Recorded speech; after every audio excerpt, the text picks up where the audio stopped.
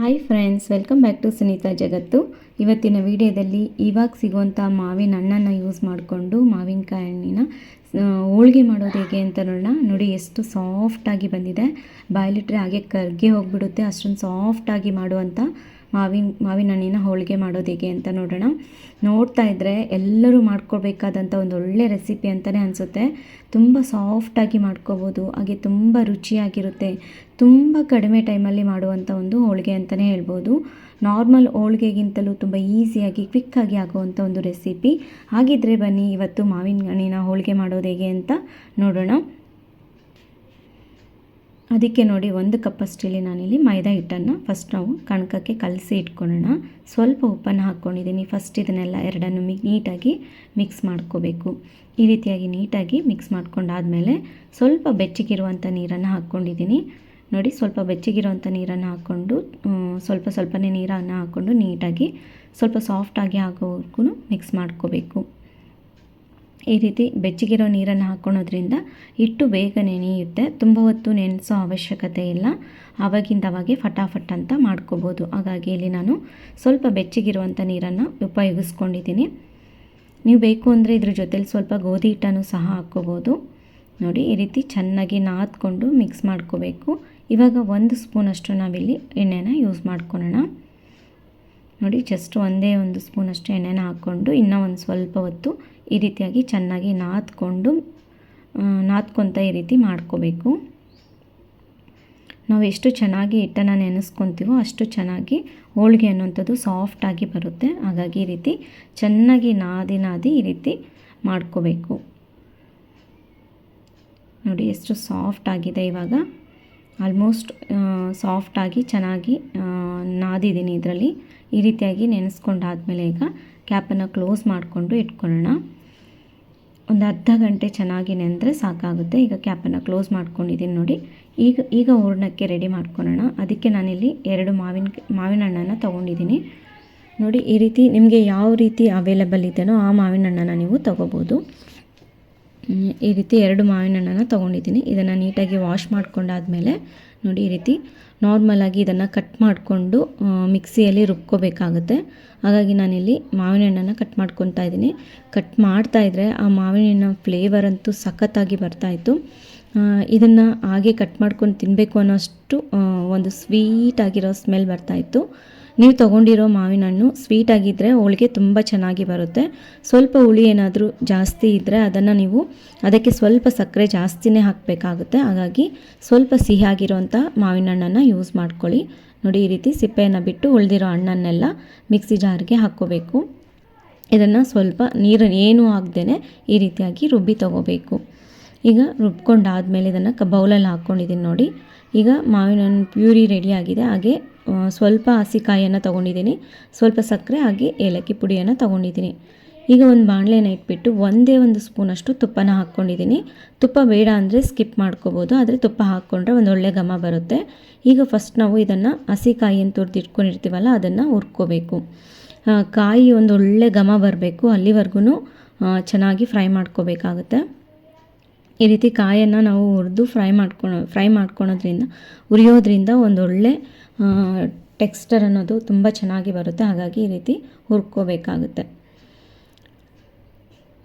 ನಿಮಗೆ ಗೊತ್ತಾಗುತ್ತೆ ಕಾಯಿ ಅನ್ನೋದು ಎಲ್ಲಿವರೆಗೂ ಹುರಿಬೇಕು ಅನ್ನೋದು ನಿಮಗೆ ಗೊತ್ತಾಗುತ್ತೆ. ಅಲ್ಲಿವರೆಗೂ ಹುರ್ಕೊಂಡ್ರೆ ಸಾಕಾಗುತ್ತೆ. 1-2 ನಿಮಿಷ ಫ್ರೈ ಮಾಡಿಕೊಂಡ್ರೆ ಸಾಕಾಗುತ್ತೆ. ನೋಡಿ, ಈ ರೀತಿ ಆದರೆ ಸಾಕಾಗುತ್ತೆ.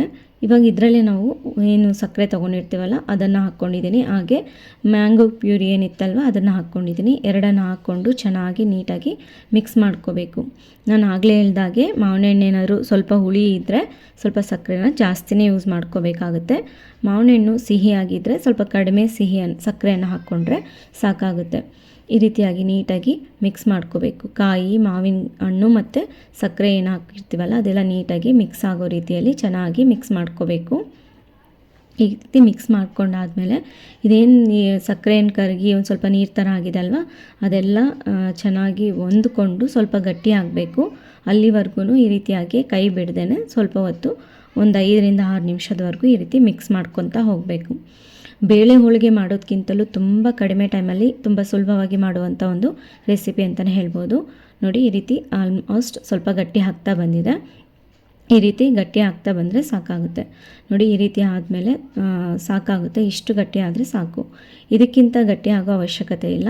ಸ್ವಲ್ಪ ಹೊತ್ತು ತಣ್ಣಗಾದಮೇಲೆ ಇನ್ನೊಂದು ಸ್ವಲ್ಪ ಗಟ್ಟಿ ಆಗೋ ಚಾನ್ಸಸ್ ಇರುತ್ತೆ. ಹಾಗಾಗಿ ಇಷ್ಟ ಆದರೆ ಸಾಕಾಗುತ್ತೆ. ಈ ಟೈಮಲ್ಲಿ ನಾವು ಸ್ವಲ್ಪ ಏಲಕ್ಕಿ ಪುಡಿಯನ್ನು ಸೇರಿಸ್ಕೊಳ್ಳೋಣ.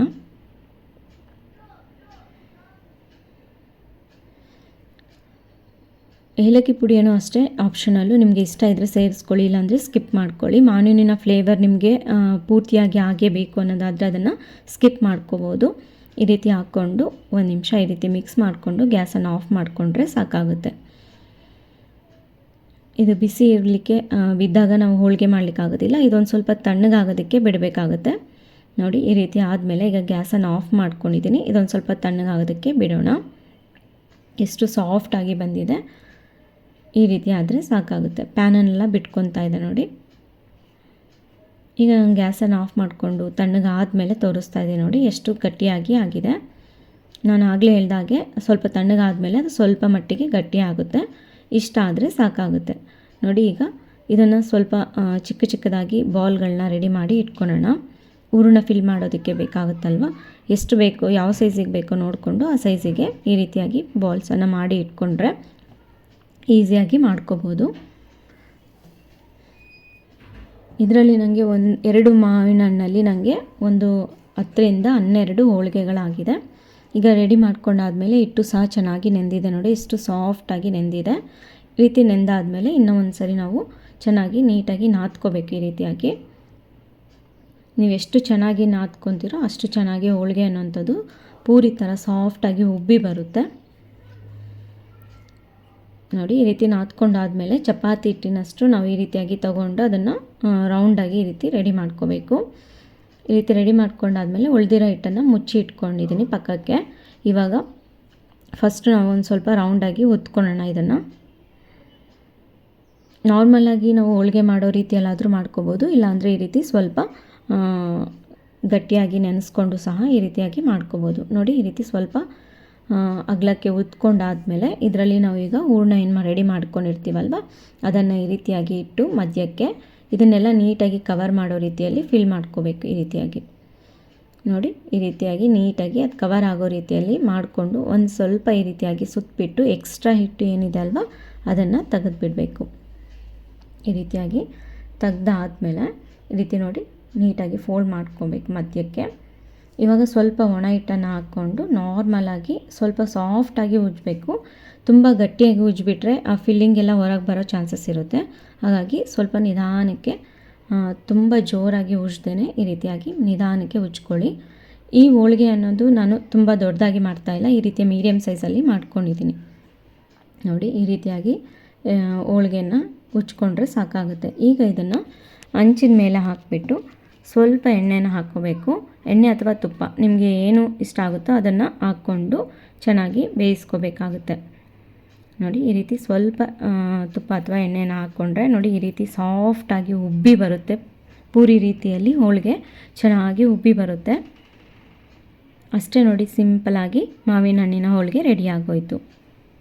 ಅದೇ ರೀತಿ ಎಲ್ಲ ಹೋಳಿಗೆಗಳನ್ನ ಇದೇ ರೀತಿ ನಾವು ಸ್ವಲ್ಪ ಎಣ್ಣೆ ಅಥವಾ ತುಪ್ಪ ಏನಾದರೂ ಹಾಕಿಬಿಟ್ಟು ಈ ರೀತಿ ಬೇಯಿಸ್ಕೋಬೇಕು.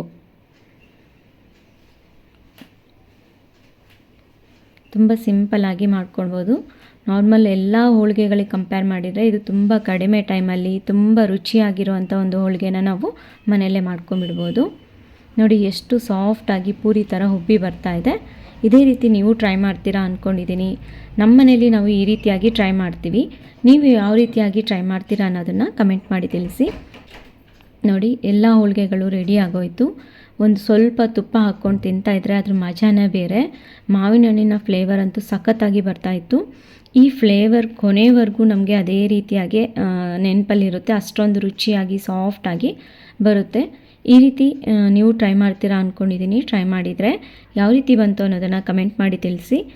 ವಿಡಿಯೋ ಇಷ್ಟ ಆಗಿದ್ದರೆ ಲೈಕ್ ಮಾಡಿ, ಶೇರ್ ಮಾಡಿ. ಸಬ್ಸ್ಕ್ರೈಬ್ ಆಗದೆ ನೋಡ್ತಾ ಇದ್ದರೆ ಸಬ್ಸ್ಕ್ರೈಬ್ ಆಗಿ. ಮತ್ತೊಂದು ಒಳ್ಳೆ ವಿಡಿಯೋ ಜೊತೆಗೆ ಭೇಟಿಯಾಗೋಣ. ಧನ್ಯವಾದಗಳು.